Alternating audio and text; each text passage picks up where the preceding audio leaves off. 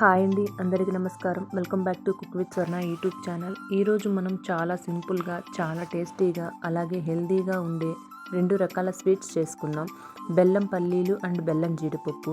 ఇవి చిన్నపిల్లలకి స్నాక్గా ఇస్తే రోజంతా ఎనర్జీగా ఉంటారు. ఎందుకంటే వీటిలో ఐరన్, కాల్షియం ఎక్కువగా ఉంటుంది. అయితే ఇంకేం ఆలస్యం చేయకుండా మనం రెసిపీ స్టార్ట్ చేద్దాం. ముందుగా బెల్లం పల్లీలు ఎలా చేయాలో చూద్దాం.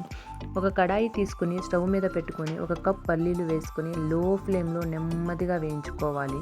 ఇక్కడ ఒక చిన్న టిప్ ఏమిటంటే, లో ఫ్లేమ్లో వేయిస్తే పల్లీలు లోపల వరకు బాగా క్రిస్పీగా అవుతాయి. హై ఫ్లేమ్లో వేయించితే బయట మాత్రమే వేగి లోపల ముద్దగా ఉండిపోతాయి.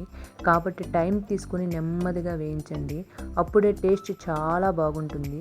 పల్లీలు బాగా వేగాక వాటిని ఒక ప్లేట్లోకి తీసుకొని చల్లారనివ్వాలి. చల్లారిన తర్వాత వాటి పొట్టు తీసేసుకోవాలి. ఇప్పుడు అదే కడాయిలో 1/2 కప్పు బెల్లం వేసుకొని కొద్దిగా నీళ్లు వేసుకోవాలి. నీళ్లు వేసిన తర్వాత బెల్లం బాగా కరిగి కొంచెం సేపటి తర్వాత థిక్గా పాకంలాగా కన్సిస్టెన్సీ వస్తుంది. పాకం కొంచెం ఫ్రూతీగా కనిపించినప్పుడు ముందుగా రెడీ చేసుకున్న పల్లీలు వేసుకోవాలి. ఇప్పుడు కొంచెం ఎల్లో ఫుడ్ కలర్ వేసుకోవాలి. ఇది కంప్లీట్గా ఆప్షనల్, వద్దు అనుకుంటే స్కిప్ చేసుకోవచ్చు. ఇలా వేసిన తర్వాత 2 నిమిషాల పాటు బాగా కలపాలి. అంతే, స్టవ్ ఆఫ్ చేసి మధ్య మధ్యలో కలుపుతూ ఉండాలి. మీకు కావాలి అంటే కొంచెం గీ యాడ్ చేసుకోవచ్చు. చల్లారిన తర్వాత పల్లీలు విడిగా క్రిస్పీగా అవుతాయి. వీటిని ఒక ఎయిర్ టైట్ డబ్బాలో స్టోర్ చేస్తే 1 వారం వరకు ఫ్రెష్గా ఉంటాయి. ఇప్పుడు మనం క్రిస్పీ బెల్లం జీడిపప్పు ఎలా చేయాలో చూద్దాం. ముందుగా కడాయిలో కొంచెం నెయ్యి వేసి వేడయ్యాక జీడిపప్పు వేసుకొని లైట్ గోల్డెన్ కలర్ వచ్చే వరకు వేయించాలి.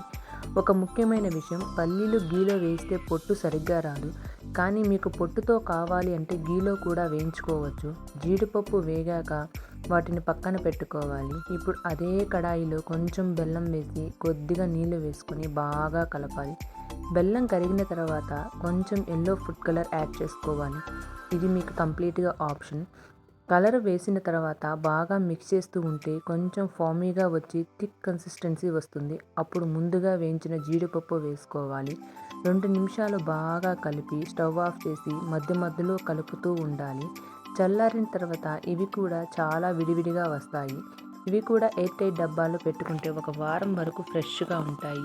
అంతే అండి, చాలా సింపుల్గా, చాలా టేస్టీగా ఉండే బెల్లం పల్లీలు అండ్ బెల్లం జీడిపప్పు రెడీ అయిపోయాయి. మీరు కూడా ఇంట్లో ట్రై చేసి ఎలా వచ్చాయో కమెంట్ బాక్స్లో తప్పకుండా చెప్పండి. వీడియో నచ్చితే please like, share and subscribe for more videos.